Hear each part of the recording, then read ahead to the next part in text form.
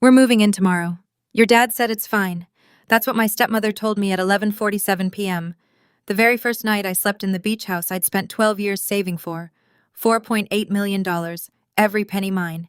And before I could even respond, she added, "If you don't like it, you can find somewhere else." I didn't scream. I didn't cry.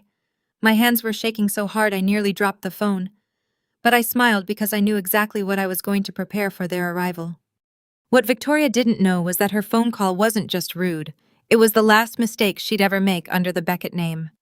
And the surprise I prepared. It took 220 people, one gala stage, and a single manila envelope to deliver. Before I go on, please take a moment to like and subscribe, but only if you genuinely connect with this story. Drop a comment, and let me know where you're watching from and what time it is where you are. My name is Bonnie Beckett. I'm 34 years old and I live in Charleston, South Carolina. Now let me take you back to March 2025, the week I quit my job and thought I was finally free. My mother died when I was 17. Ovarian cancer, diagnosed in April, gone by September. 5 months. That's all the warning I got before the person who loved me most in this world simply wasn't in it anymore. My father, Gerald Beckett, was a well-respected real estate attorney in Charleston's low-country legal circle. He grieved the only way he knew how, by working until he couldn't feel anything. 2 years later, he married Victoria Hale. At first, she was warm, attentive. She brought homemade lemon bars to Sunday dinners and called me sweetheart with what I genuinely believed was sincerity. But 6 months after the wedding, the lemon bar stopped, and so did the sweetness. It started small. Victoria suggested I move out of my childhood bedroom, the one with the window seat my mother had built. So Paige, her daughter from a previous marriage, could have a proper dressing room. I looked at my father, waiting for him to say something. He squeezed my shoulder. "It's just a room, kiddo." It was never just a room. By Christmas 2011, I wasn't in the family photo. Victoria positioned everyone in front of the fireplace, and somehow there was no space left when I walked in. "Oh," she said, adjusting Paige's collar. "I thought you said you didn't want to be in it." I paid for my own college. Full scholarship to the College of Charleston, plus 2 part-time jobs, one at a bookstore, and 1 tutoring statistics. Paige went to a private university in Savannah, tuition fully covered by my father. When I once asked him why the difference, he looked confused. Victoria said, "You preferred being independent." Her favorite phrase, "I'm not being mean, I'm being practical." She used that line every single time she cut me out of something, and for 15 years, I let her. Here's the thing about being invisible inside your own family. It gives you an extraordinary amount of privacy. After graduating summa cum laude in finance, I took a junior analyst position at Meridian Strategy Group, a boutique consulting firm in downtown Charleston. Within 3 years, I was leading client engagements. Within 7, I was a senior strategy consultant managing restructuring projects for companies with revenues north of $200 million. By the time I left, my base salary plus performance bonuses totaled roughly $340,000 a year. Victoria never knew. She never asked. At family dinners, the ones I was invited to, which grew fewer each year, she'd wave her hand when my work came up. "Bonnie does something with spreadsheets." Then she'd turn to Paige. "Tell them about your new marketing campaign, sweetheart." Paige is the successful one. I let her believe that. I let all of them believe it. Starting in 2013, I funneled every dollar I didn't need into index funds and 2 rental properties, a duplex in West Ashley, and a townhouse near the medical university. I lived modestly. I drove a 7-year-old Honda. I wore clothes from Target to Thanksgiving dinners at my father's house, while Victoria showed off a new Cartier bracelet each year. By March 2025, my net worth sat at approximately $5.2 million. Not a soul in my family had any idea. The only person who knew everything was Marcus Trent, my attorney since 2019, a sharp-eyed specialist in real estate law and financial fraud. It was Marcus who first flagged something strange in July 2024 while reviewing my father's property records for an unrelated inheritance question. "There's a transfer deed for the Mount Pleasant house," he told me. "Gerald's signature on it looks off. I'm saving a notarized copy just in case." I thanked him. I filed it away. I wasn't ready to fight. Not yet. By February 2025, my body made the decision my mind had been postponing for years. I stopped sleeping. Not the Instagram kind. Not, "Oh, I only got 5 hours." I mean, I would lie in bed staring at the ceiling fan for entire nights. my brain cycling through client deliverables and risk models until my chest felt like someone was standing on it. My doctor, a no-nonsense internist named Dr. Priya Langford, sat me down after my blood work came back showing cortisol levels she described as alarming. She told me to take at least 6 months off. No negotiations. I submitted my resignation on February 28th. My managing partner, Martin Collier, shook my hand and said, "The Snort's door's always open when you're ready, Bonnie." I walked out of the office carrying a single box, and for the first time in a decade, I didn't know what to do next. Then I remembered my mother. She used to talk about a little house by the ocean. Nothing fancy, just somewhere with a porch and the sound of waves. She said she'd buy it when she retired. She never retired. I found the listing on a Thursday afternoon. Sullivan's Island, just 20 minutes from Charleston, 6 bedrooms, whitewashed cedar siding, a wraparound porch that faced the Atlantic, 4,200 square feet, listed at $4.88 million. I called Marcus. I called my mortgage broker. I put down 20%, $960,000 on March 5th and closed on March 21st. I moved in on March 22nd, a Saturday. That first night, I sat on the porch with a glass of wine, listening to waves break against the shore, and for the first time in longer than I could remember, I felt like I belonged somewhere. I didn't tell anyone in my family, but Paige saw an Instagram story from a mutual friend who'd tagged Sullivan's Island and recognized me in the background. She told Victoria, and that night, my phone rang. 11:47 p.m., Victoria's number glowing on my screen. I hadn't answered a call from her in 3 months, but something about that first night in the house. The wine, the waves, the foolish feeling that maybe things could be different, made me pick up. "Paige told me about your little beach house," Victoria said. "No hello, no congratulations." Her voice had that clipped, organizing tone she used when rearranging furniture or rearranging people's lives. "How nice. Listen, your father and I need a change of scenery. The city's been exhausting. We're moving in tomorrow. Your dad said it's fine." I was silent for 5 seconds. She filled them. "The master bedroom, obviously. Paige will take the room with the ocean view. You can have the one in the back. It's small, but you're used to small." My free hand gripped the porch railing. Did Dad actually say that? Can I talk to him? He's sleeping. Don't wake him. You know his heart. And honestly, Bonnie, if you don't like it, you can find somewhere else. It's not like you can't afford a motel. My hands were trembling. My jaw was locked, but my voice came out steady, almost gentle. "Sure. Victoria, I'll prepare everything for your arrival." She hung up without saying goodbye. She never said goodbye. I sat in the dark for 20 minutes, staring at the ocean. I couldn't see. Then I called my father. It was 12:15 a.m. He picked up on the second ring, wide awake. "Sweetheart," he said. "I didn't say any of that. Victoria told me you invited us down for the weekend." That's when it clicked the same way it must have clicked for Marcus 8 months earlier. Staring at a signature that didn't match. If Victoria could forge my father's words to my face, forging his name on a piece of paper was nothing.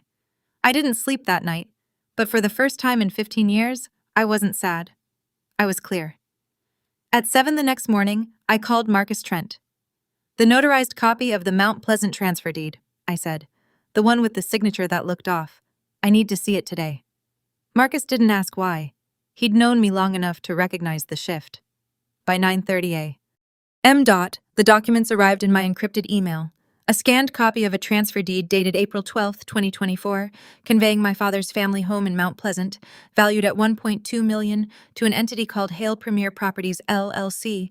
I'd never heard of it. Neither, I was certain, had my father. I pulled up the South Carolina Secretary of State's business registry. Hale Premier Properties, LLC had been registered in November 2022. Sole member, Victoria R. Hale. No other officers, no other names. Then I did what 12 years of consulting had trained me to do. I compared signatures. I pulled Gerald Beckett's signature from the transfer deed and laid it beside his signatures on his will, his medical power of attorney, and a birthday card he'd sent me in 2023. The differences were immediate. The capital G in Gerald was missing its distinctive loop. The pen pressure was uneven, heavy at the start, light at the finish. The hallmark of someone drawing a shape rather than writing a name. Marcus confirmed what I already knew. This isn't a sloppy day. This is a simulated forgery. But we need a certified expert to make it hold. He recommended Patricia Sloan, a forensic document examiner accredited by the American Board of Forensic Document Examiners.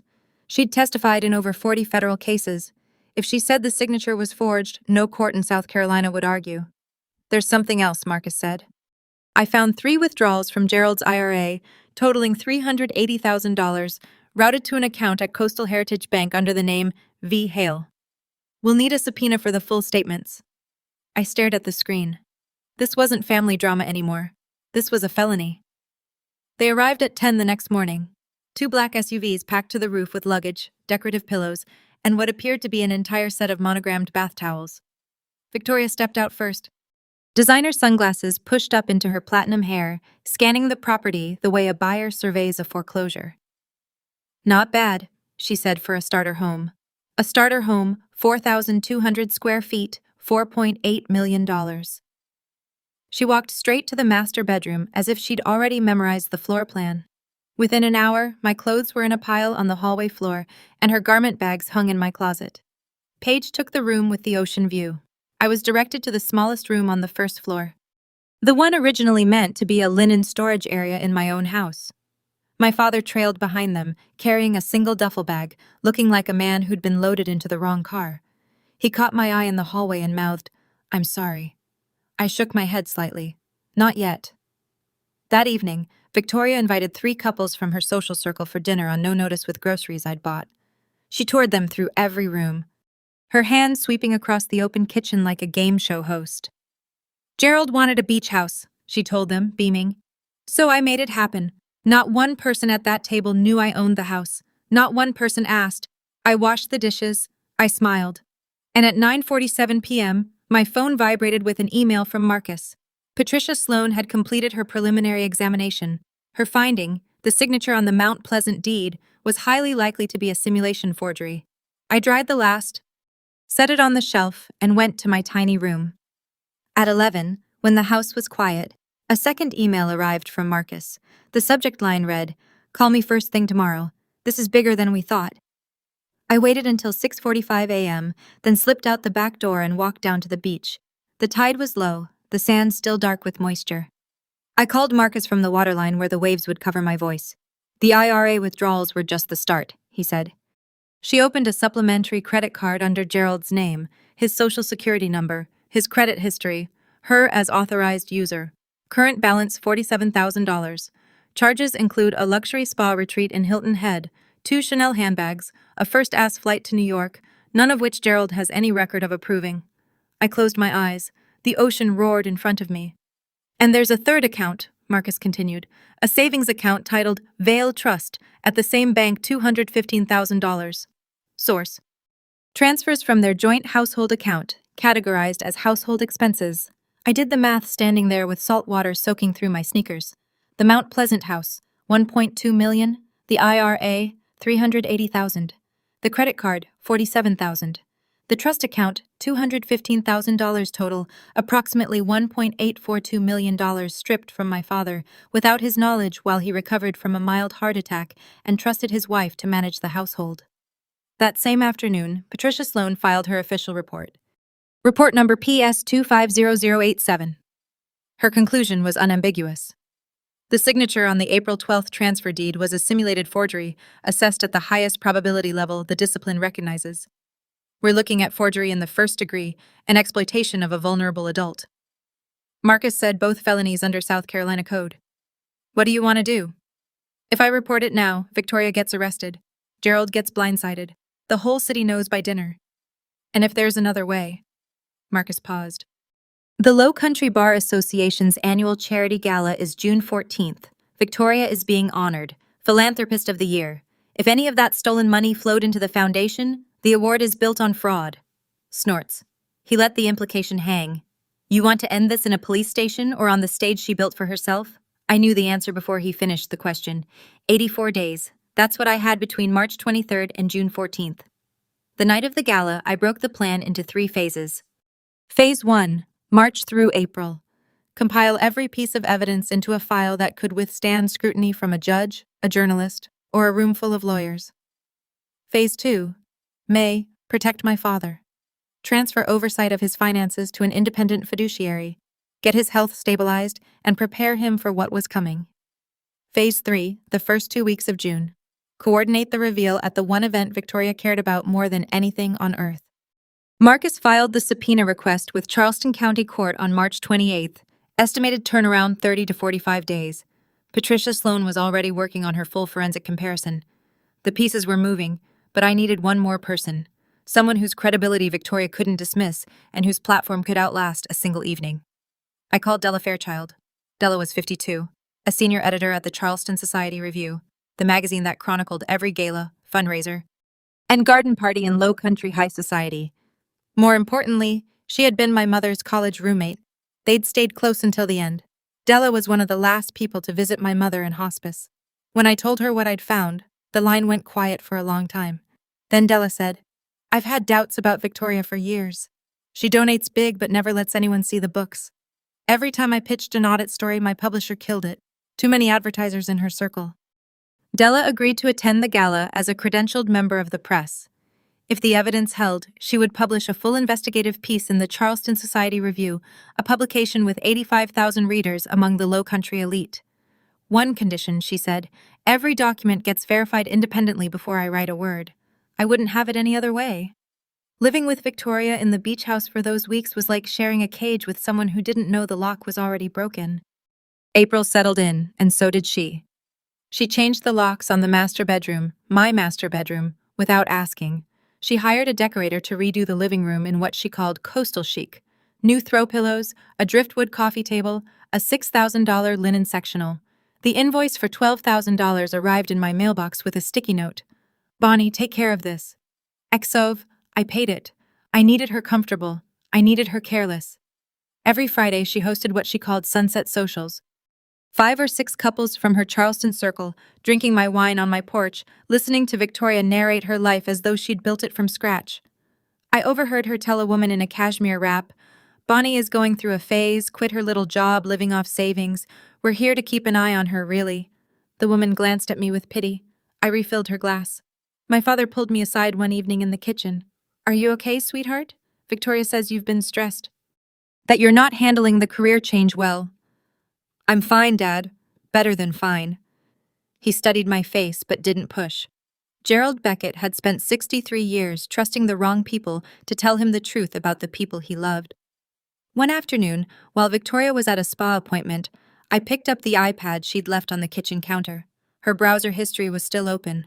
The most recent search, how to add name to property deed South Carolina. She wasn't just visiting. She was planning to put her name on my house. That evening, Marcus called. "Subpoena's been approved. Bank statements in 2 weeks." He hesitated. "But Bonnie, there's another account we haven't seen yet." The Coastal Heritage bank statements arrived in Marcus's office on the first Monday of May, sealed in a courier envelope marked confidential, court order enclosed. He called me at noon. I sat in my car in the Sullivan's Island public parking lot. The only place I could be certain Victoria wouldn't overhear. The V. Hale account matches what we expected. $380,000 from Gerald's IRA deposited in 4 installments between January and October 2024. Marcus said the credit card we already knew about $47,000. "You said there was another one." "There is a savings account titled V. Hale Trust.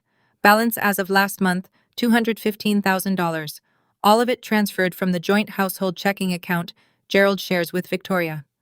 Each withdrawal listed as household expenses, groceries, maintenance, utilities, except it all went to the separate account."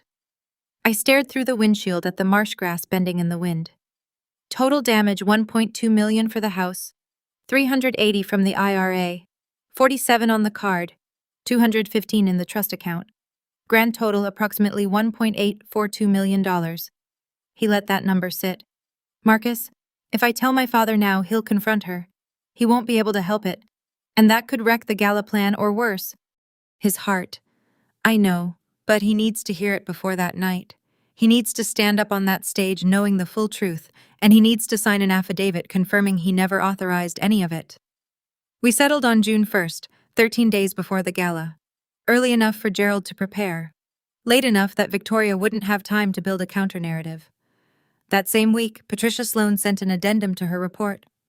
The handwriting in the forged signature on the Mount Pleasant deed was consistent with the handwriting on the fraudulent credit card application. Same person, same pen habits, same crime. June 1st, a Sunday. I woke before dawn and watched the sky turn from charcoal to pale gold through my tiny first-floor window. Victoria wouldn't be up until 9. She never rose early on weekends. I had a narrow window. I found my father on the porch at 5:45 a.m., sitting with a cup of coffee he'd made himself, watching the pelicans glide over the breakers. "Walk with me," I said. We took the boardwalk down to the beach. The sand was cool under our feet. I waited until we were far enough from the house that even shouting wouldn't reach. Then I opened the folder. I showed him the transfer deed, the forensic report, the bank statements, all 3 accounts. I showed him the LLC registration for Hale Premier Properties filed in his wife's maiden name. I laid it out the way I'd lay out a client presentation. Facts first, implications second, questions at the end. Gerald read every page. His hands trembled. A vein in his temple pulsed for 3 full minutes. Neither of us spoke. The only sound was the ocean pulling at the shore. "I didn't sign this," he said finally, his voice barely audible above the waves. "I've never heard of this company. I didn't authorize any of these transfers." He pressed his palms against his eyes.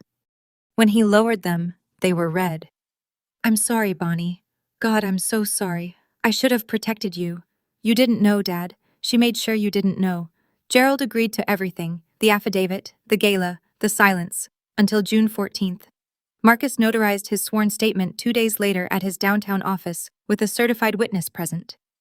As we walked back to the house that morning, my father stopped at the bottom of the boardwalk stairs. He pulled me into a hug, the first in 8 years, and he whispered so quietly I almost missed it. "Your mother would be proud." I didn't know yet that my mother's voice would reach me one more time before this was over, in a way I never could have predicted. 13 days. Victoria spent every one of them preparing for the night she believed would crown her legacy. She hired a personal stylist, $3,500 for a single consultation. She ordered a custom champagne-colored gown from a boutique on King Street, $8,200 fitted twice, hemmed to the millimeter. Every evening after dinner, she stood in front of the master bedroom mirror and rehearsed her acceptance speech, gesturing to an invisible audience with the practiced grace of someone who'd been performing generosity her entire life. On June 8th, she told me I was expected at the gala for appearances. She said, "You'll sit in the back, obviously, but I need the family there.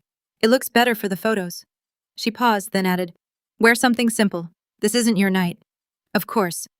"Victoria, I wouldn't dream of stealing your spotlight." Behind the scenes, every gear was turning.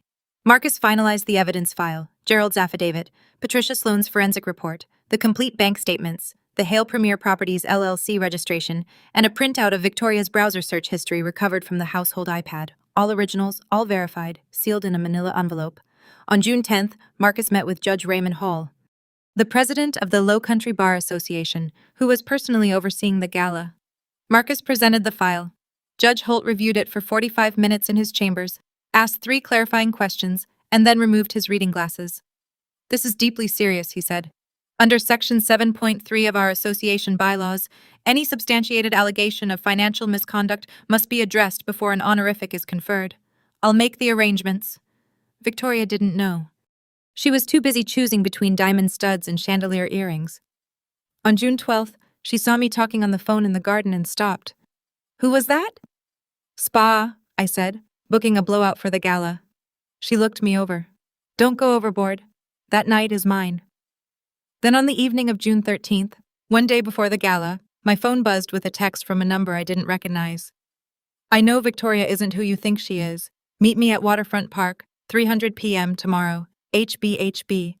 I stared at those 2 letters until the screen went dark. I almost didn't go. The gala was hours away, and the last thing I needed was a distraction from a stranger with cryptic initials. But something about the certainty in that message. "I know Victoria isn't who you think she is," told me this person had been waiting a long time to say it. Waterfront Park, 3:00 p.m. June 13th. The sun was brutal, the kind of Charleston afternoon that makes the air shimmer above the pavement. I sat on a bench near the pineapple fountain and watched a woman approach. Tall, silver-haired, somewhere in her early 60s, wearing a pressed linen blazer despite the heat. She walked like someone who had rehearsed being calm. "Bonnie Beckett." She extended her hand. "My name is Helen Briggs." HB. Helen sat beside me and told me a story I'd never heard. One Victoria had buried so deep that even Google couldn't find it easily. Before Gerald, before Charleston, before the Hale Beckett Foundation and the philanthropist persona, Victoria had been married to a man named Richard Briggs, a successful dentist in Savannah. They wed in 2005. By 2009, it was over. After Richard discovered that Victoria had quietly transferred $190,000 from their joint accounts into a personal savings account she'd opened under her maiden name. He didn't press charges. Helen said he wanted a clean divorce, wanted to forget. I respected that for 16 years. But I saw your name in a blog post by Del Fairchild, something about women in Charleston consulting, and I recognized you, Gerald Beckett's daughter. She looked at me steadily. Victoria has a pattern, Bonnie. She finds men who are successful but trusting, takes control of the finances, and bleeds them dry. Your father is not her first victim. Helen handed me a manila folder, a certified copy of the divorce decree, Briggs versus Hale, 2009, with the phrase dissipation of marital assets highlighted in yellow. 2 husbands, 2 sets of stolen funds, the same playbook, 16 years apart. I stayed quiet because I was ashamed, Helen said. If I can help your father, I will. I thanked her, and I called Marcus before I even reached my car. The night of June 13th settled over the beach house like a held breath. Victoria was in the master bedroom rehearsing her speech one last time. Through the door, I could hear the cadence of her voice rising and falling, grateful, humble, rehearsed to perfection. In the next room, Paige was arranging jewelry on the dresser, holding up earrings to her reflection, completely unaware that by tomorrow night, every piece of the life her mother had constructed would be scattered across a ballroom floor. My father knocked on my door at 10 o'clock. His face was drawn, but his eyes were steady. The eyes of a man who had finally stopped looking away. He held a small wooden box, walnut, with a tarnished brass clasp. I found this, he said quietly, in the locked drawer of Victoria's nightstand. She was at the spa this afternoon. I wasn't looking for it. I was looking for my reading glasses. He opened the box. Inside were 2 handwritten pages folded once. The paper yellowed at the edges. My mother's handwriting. I knew it instantly. The looping lowercase y, the way she crossed her T's with a slight upward slant, as if every word was reaching for something better. The letter was dated 3 days before she died. Bonnie, my brave girl, you don't need anyone's permission to live your life. You are enough. You have always been enough. Don't ever let anyone make you doubt that. Victoria had kept this letter hidden for 17 years. My mother's last words to me, sealed in a box, locked in a drawer, in the bedroom of the woman who had spent a decade and a half telling me I was nothing. My father and I sat together in my small room and cried without speaking. When I could breathe again, I folded the letter fully and placed it in my purse, the one I'd carry tomorrow. I won't let her down, Dad. Before I turned off the light, I passed the hallway that led to the porch. Victoria's silhouette was framed against the moonlit ocean, phone pressed to her ear. I stopped. Her voice drifted through the screen door. Don't worry. After the gala, I'll have them transfer the deed. She won't even notice until it's done. She was talking about my house, the house I'd bought with 12 years of invisible labor, and she was planning to take it the moment her trophy was in hand. I went to bed. I set my alarm for 6 a.m., and for the first time in 84 days, I slept soundly. June 14th, 2025. The morning arrived bright and still, the kind of low-humidity Charleston day that makes everything look sharper than it has any right to be. At 8 a.m., I was in Marcus Trent's office, a glass-walled suite on the 3rd floor of a converted warehouse on East Bay Street. The manila envelope sat between us on his desk like a loaded weapon laid flat. We reviewed the contents one final time. The forged transfer deed with Patricia Sloan's forensic report number, PS2025087. The Coastal Heritage bank statements for all 3 accounts. Gerald's notarized affidavit signed and witnessed on June 3rd. The Hale Premier Properties LLC registration. The divorce decree from Briggs versus Hale, 2009, and a screenshot of Victoria's browser history. The search for how to add a name to a property deed in South Carolina. Timestamp device identified, saved to PDF. Helen Briggs confirmed this morning. Marcus said she purchased a ticket through Della Table 12. She's ready. At 10 o'clock, Marcus met Judge Holt at the courthouse for a final briefing. The judge had already informed the gala's organizing committee the Philanthropist of the Year award would be paused before presentation, pending a matter related to the nominee that requires the association's attention. The committee agreed reluctantly, but unanimously. No one in Charleston's legal elite wanted their signature award tainted by unexamined fraud. Victoria, meanwhile, spent the morning in a state of radiant oblivion. She emerged from the master bedroom at 2 o'clock in her champagne gown. Hair swept into a high, shiny diamond pendant catching the light. She surveyed me in my simple black dress and pearl earrings, the way a queen surveys a chambermaid. At least try to look like you belong there, Bonnie. I met her gaze. Don't worry, Victoria. Tonight, everyone will know exactly where I belong. She frowned. A brief crease between perfectly filled brows, but she was already checking her reflection in the hallway mirror.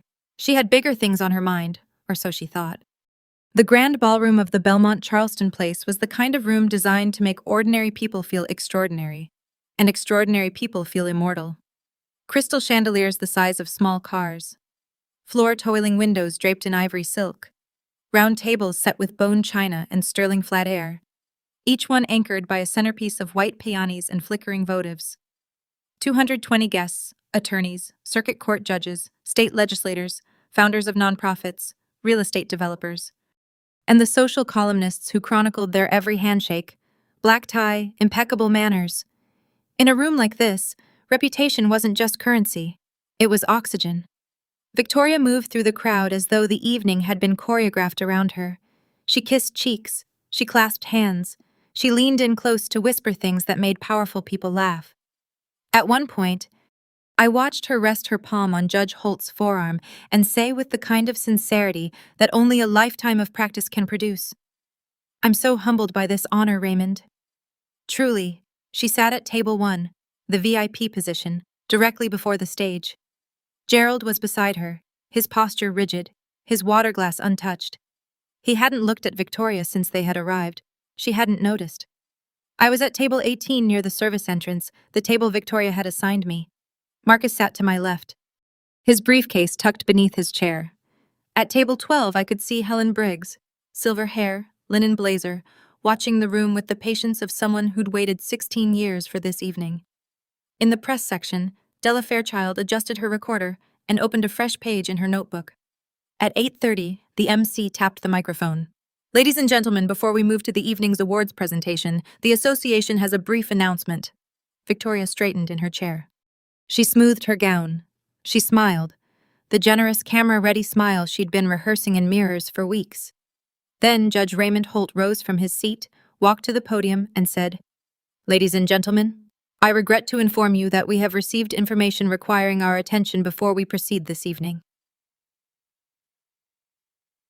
220 pairs of eyes turned to the stage. Victoria's smile didn't falter. Not yet, but I saw her fingers tighten around her napkin. Judge Holt's voice carried through the ballroom with the measured gravity of a man who had spent 30 years on the bench.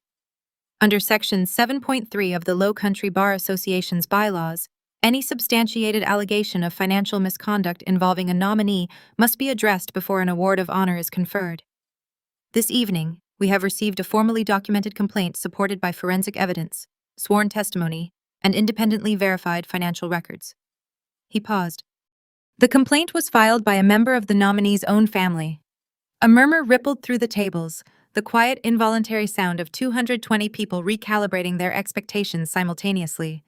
Victoria was on her feet before Judge Hall finished.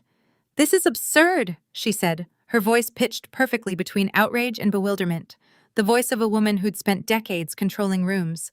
"Raymond, who filed this? This is a charity event, not a courtroom." Judge Hall looked directly at me. "Miss Bonnie Beckett, you've been invited to present your evidence." The murmur became a wave. Heads turned. Victoria's eyes found me at table 18, the back of the room, exactly where she'd put me, and for one long, suspended second, we looked at each other across 17 tables, 220 witnesses, and 15 years of silence. I stood. I picked up the manila envelope, and I walked. 17 tables, each step deliberate, each step audible on the polished hardwood. I could feel the weight of every gaze in the room. Could hear the rustle of evening gowns as women turned in their chairs, the clink of a water glass. Someone sat down too hard. "Gerald." Victoria's voice cracked the silence like a struck match. "Do something. She's trying to ruin me." My father sat still. His hands were folded on the table. He did not look at his wife. I stepped onto the stage. 220 faces stared up at me. The chandelier light was warm and merciless. I set the envelope on the podium, leaned into the microphone. and took one long breath. "I didn't come here to destroy anyone," I said. "I came here because the truth couldn't wait one more day." I opened the envelope and removed the first document. On April 12, 2024, a transfer deed was filed in Charleston County, conveying ownership of the Beckett family home in Mount Pleasant. Assessed value $1.2 million to a limited liability company called Hale Premier Properties. I held the deed up. The projection screen behind me lit up with a high-resolution scan. The county seal, the legal description, and at the bottom, a signature reading Gerald A. Beckett. This signature is not my father's. I advanced to the next slide, a side-by-side comparison. On the left, the deed signature. On the right, Gerald's authentic signature from his will, his medical power of attorney, and a notarized affidavit signed on June 3rd of this year. The differences were visible from the back of the room, the missing loop on the capital G, the inconsistent pen pressure, the mechanical quality of a hand that was copying rather than writing. This analysis was conducted by Patricia Sloan, a forensic document examiner accredited by the American Board of Forensic Document Examiners, with testimony in over 40 federal proceedings. Her conclusion stated in report, PS 202500087. The signature is a simulated forgery at the highest probability level recognized in the field. The ballroom was silent, not the polite silence of a formal event. The airless silence of a room that has collectively stopped breathing. My father rose from table 1. His voice was hoarse but clear. "I did not sign that document. I did not know that company existed, and I did not authorize the transfer of my home." Victoria gripped the edge of the table. "Gerald, tell them you signed it. Tell them." He looked at her for the first time that evening. Then he slowly shook his head. Somewhere at table 5, a man set his fork down on his plate. The tiny clink rang out like a gavel. I pulled the second set of documents from the envelope. Between January and October 2024, 4 withdrawals totaling $380,000 were made from Gerald Beckett's individual retirement account and deposited into a savings account at Coastal Heritage Bank. The next slide appeared. Redacted bank statements with the routing numbers, dates, and amounts highlighted. The account is registered under the name V. Hale. I heard a chair scrape.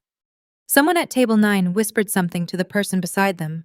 Additionally, a supplementary credit card was opened using Gerald Beckett's Social Security number without his knowledge or consent. Current balance $47,000. Charges include luxury travel, designer purchases, and personal spa treatments, none of which appear in Gerald's personal records. The third slide. A separate savings account titled Vale Trust holds $215,000 transferred from the Beckett's joint household checking account disguised as routine household expenses. I set the statements on the podium.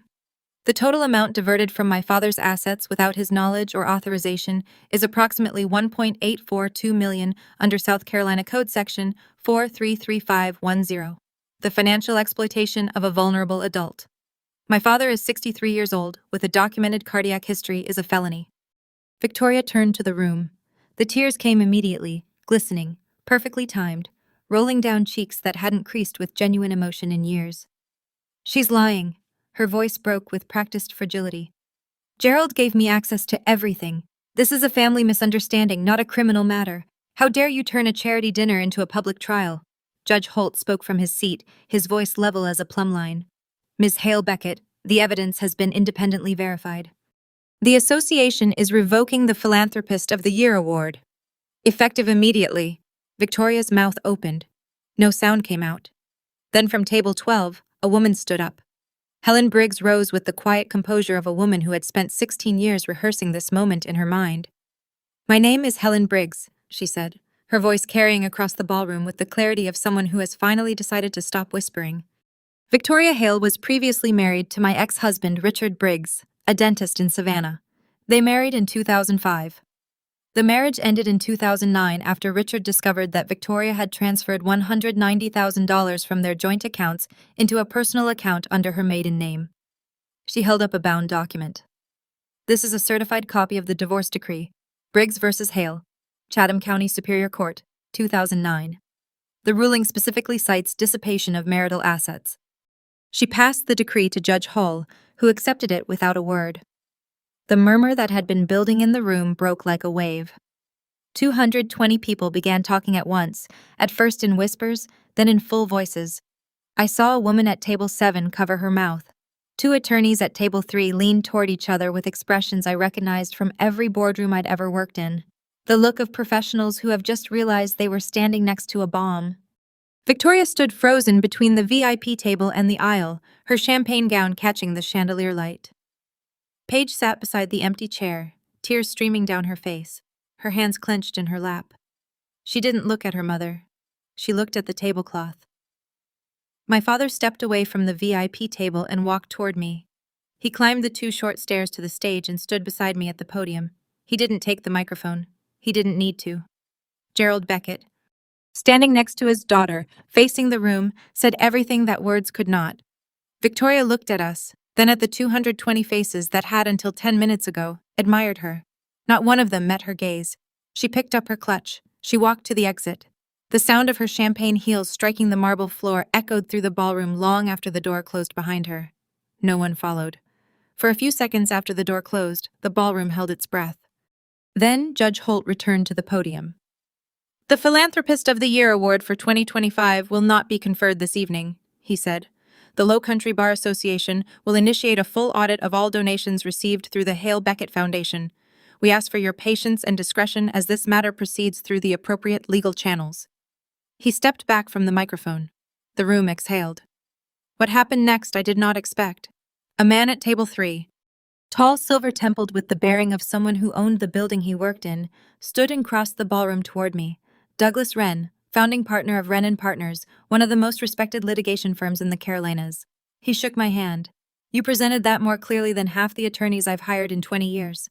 If your father needs legal representation for the divorce or the criminal referral, here's my card." He pressed it into my palm. "Pruno." Behind him, Della Fairchild caught my eye from the press section. She nodded once, the kind of nod that means I have everything I need. I returned to the microphone one final time. The room quieted again.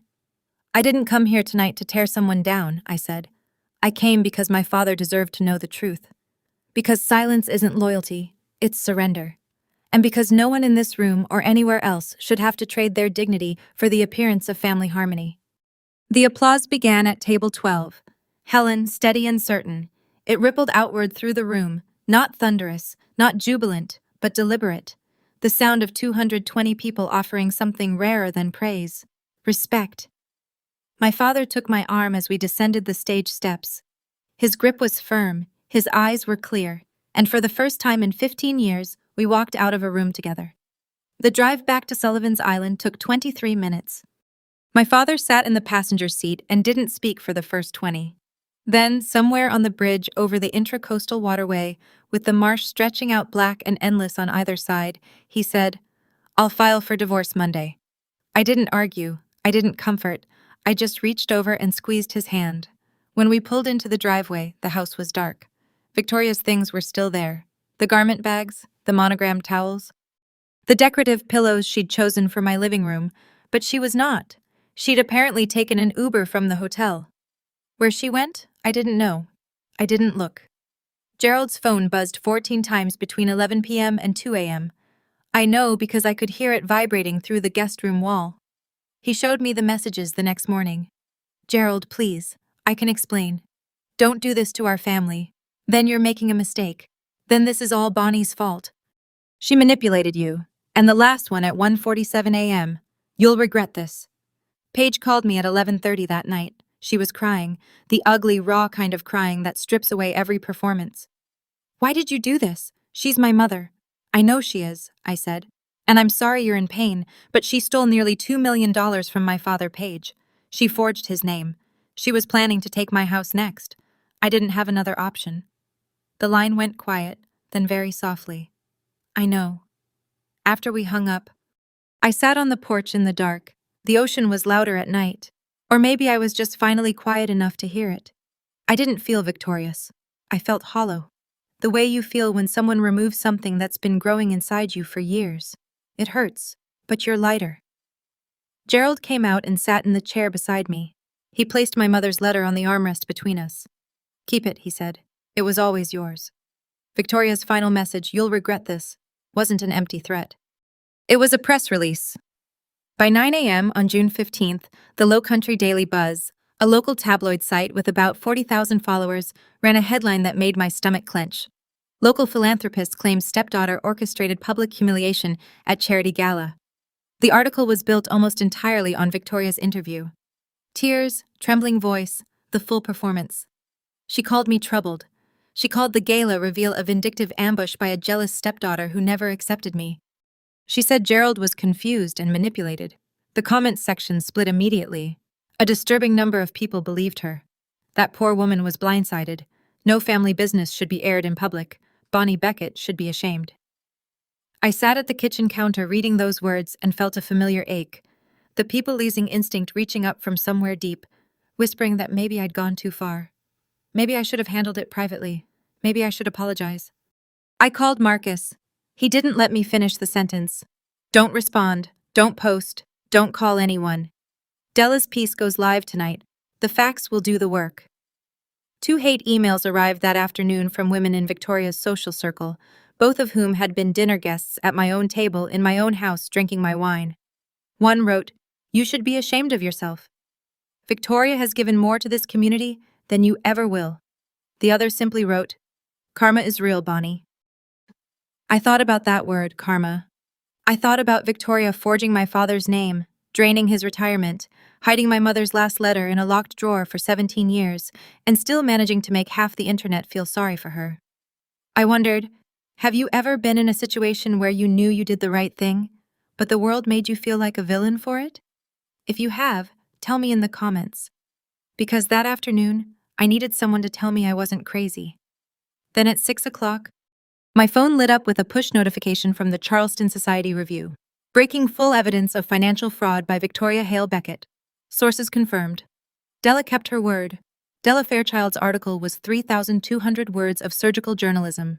No speculation, no adjectives, just evidence stacked like bricks. She published the forged deed alongside Patricia Sloane's forensic analysis. She printed the bank statements with the routing numbers redacted, but the amounts and account names intact. She quoted Judge Holt on the record. The evidence presented was sufficient to warrant immediate revocation of the award and referral to appropriate authorities. She included a full timeline of Victoria's financial activity, the LLC registration in 2022, the IRA withdrawals through 2024, the credit card opened without Gerald's knowledge, and she laid the Briggs divorce decree beside it like a mirror. The headline alone was enough. The philanthropist who stole inside Victoria Hale Beckett's double life. Within 12 hours, the article hit 127,000 views, 4,800 shares, 1,200 comments. The top-rated one from a reader in Somerville read, "This woman had a pattern. Gerald Beckett is lucky his daughter saved him." The Low Country Daily Buzz, the same outlet that had run Victoria's teary interview that morning, published a retraction by midnight. We apologize for our earlier one-sided reporting and encourage readers to review the full evidence published by the Charleston Society Review. The Low Country Bar Association released a formal statement the following morning. The 2025 Philanthropist of the Year award has been permanently rescinded. The Hale Beckett Foundation's partnership status has been suspended pending a comprehensive financial audit. Within 48 hours, 3 of the foundation's largest corporate sponsors, a regional bank, a luxury car dealership, and a hospitality group, withdrew their pledges. Combined value, $420,000. Victoria's publicist released a 2-sentence statement on her behalf. Mrs. Hale Beckett categorically denies all allegations and looks forward to clearing her name through the legal process. No one quoted it. The news cycle had already moved on, but not in the direction Victoria wanted. On Monday, June 16th, my father walked into the Charleston County Family Court at 9:15 a.m. Wearing a navy suit and the expression of a man who had just woken up after a very long sleep. He filed for divorce, grounds, fraud upon the marriage, and dissipation of marital assets. The petition was 14 pages long, prepared by Marcus Trent over the preceding 2 weeks, and it cited every document, every account, and every forged signature we'd uncovered. That same afternoon, Marcus drove to the Charleston County Sheriff's Office and filed a formal criminal complaint. The charges he recommended were precise. Forgery in the first degree, under South Carolina Code, Section 1-61310.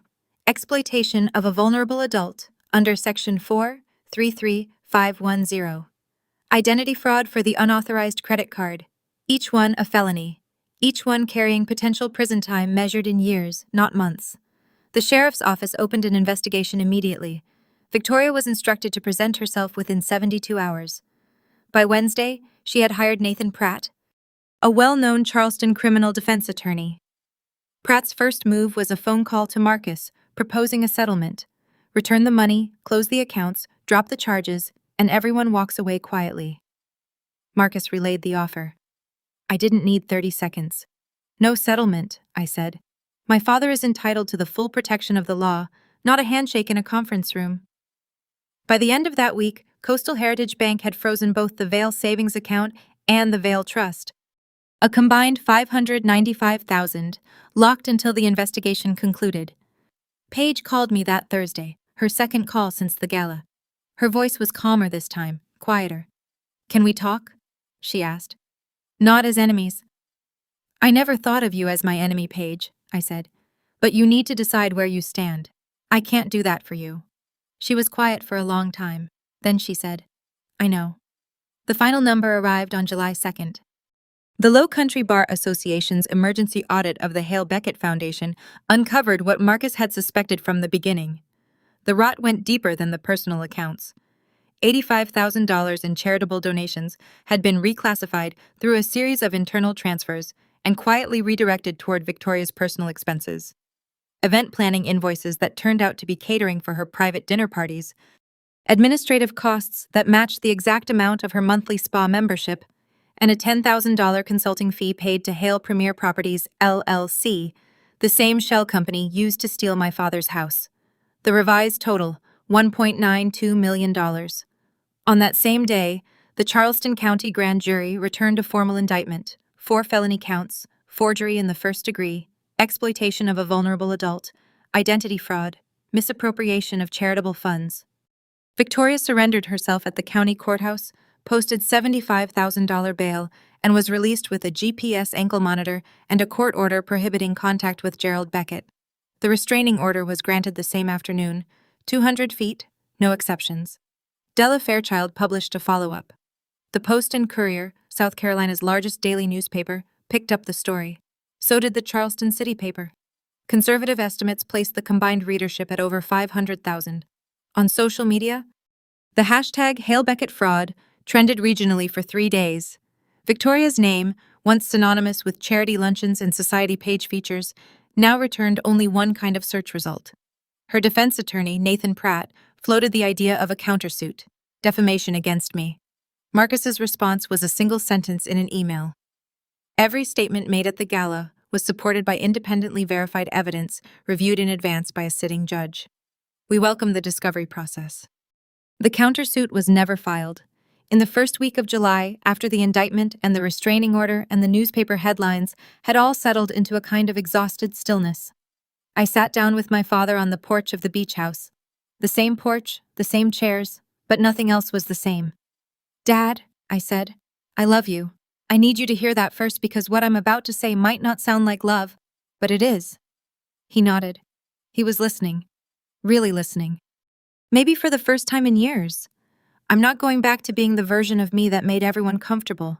I spent 15 years being the quiet one, the accommodating one, the daughter who never complained because she didn't want to make trouble. That's over. If we're going to have a relationship, a real one, it has to be built on honesty. You tell me the truth, I tell you the truth, and neither of us lets anyone else rewrite the story. His eyes glistened, but he didn't look away. I'm going to start seeing someone, he said. A therapist. I need to understand how I let this happen. How I let someone stand between me and my own daughter for 15 years without seeing it. That's all I'm asking. That evening I wrote an email to Paige. I kept it short and clear. I don't hate you. I never did. But I need you to understand that what your mother did was criminal, not a misunderstanding, not a family squabble. If you want to build something real between us, it starts with acknowledging that. I'm not asking you to choose sides. I'm asking you to choose honesty. I also made a phone call I'd been postponing to Dr. Elaine Marsh, a licensed clinical social worker specializing in family trauma. My first appointment was scheduled for the following Tuesday. Setting boundaries, it turns out, isn't a single dramatic moment on a stage. It's a series of quiet decisions made in ordinary rooms. And the hardest boundary to enforce is the one you set with yourself. The letter arrived in mid-July. Not an email, not a text, but 3 handwritten pages in a cream-colored envelope with no return address. I recognized Paige's handwriting immediately. She still dotted her I's with tiny circles, the way she had when she was 14 and I was 21. And we had briefly before Victoria made it clear that closeness between us was unacceptable, been something like friends. She wrote, Bonnie, I've been crying for 3 weeks, not because my mother was arrested, because I finally realized what I've known for 15 years and refused to say out loud. I watched her treat you like you didn't exist. I watched her take your bedroom, your holidays, your place in family photos. I watched her call you the leftover at a dinner party. And I laughed along because it was easier than defending you. I was comfortable and comfort made me complicit. I'm not writing to ask for forgiveness. I haven't earned that. I'm writing because you deserve to hear someone in this family say, I saw it was wrong, and I did nothing. I've started seeing a therapist. I want to be someone who tells the truth, even when it costs me something. If you're willing, I'd like to try to know you. Not as stepsisters who tolerate each other, but as two adults who choose honesty over convenience. I read the letter twice. The second time I cried. She had also included something I hadn't expected, a confession. Victoria had told Paige years ago that I'd received a large inheritance from my mother and refused to share it with the family. That's why she doesn't come to holidays. Victoria had said she thinks she's better than us. It was, of course, completely fabricated. My mother left no money. She left a letter, and even that had been stolen. I wrote back, I appreciate your courage, Paige. Let's start slow. We met at a coffee shop on King Street at the end of July. We talked for 3 hours. It wasn't comfortable. It wasn't polished, but it was the most honest conversation I'd ever had with anyone who shared my last name. December 2025. 6 months later. I'm sitting on the porch of the Sullivan's Island house, the same spot where this whole story began, with a glass of wine and a phone call at 11:47 p.m. The waves sound the same, the salt air tastes the same. But I am not the same woman who sat here in March. My father lives in the guest cottage now, 50 steps from the main house. He finalized his divorce in October. The settlement restored every stolen dollar to his accounts, or at least the dollars that could be recovered. He sees his therapist every Thursday. His cardiologist says his numbers are better than they've been in 3 years. Last Tuesday, he made dinner for the two of us, the first time he'd cooked since my mother was alive. It was terrible. I ate every bite. I went back to work, but not to Meridian. I founded Beckett Advisory Group, a solo strategic consulting practice based out of a small office on East Bay Street. My first 3 clients included Douglas Wren's firm, the man who shook my hand at the gala and offered his card. Revenue in the first quarter exceeded my projections by 14%. Victoria's trial is scheduled for March 2026. 4 felony counts. If convicted, she faces 5 to 15 years. I don't think about it as much as I used to. Paige visits the island once a month. We're not close. Not yet. But we're honest. And that's worth more. Della Fairchild's follow-up article, Bonnie Beckett, the woman who chose truth over silence, was republished by Forbes Women in their Fall Voices column. I didn't read it for 2 weeks. When I finally did, I read it beside my mother's letter. The last line my mother ever wrote to me was this: You are enough always. Every morning I open that letter. Every morning I sit on this porch and watch the Atlantic stretch out toward the horizon.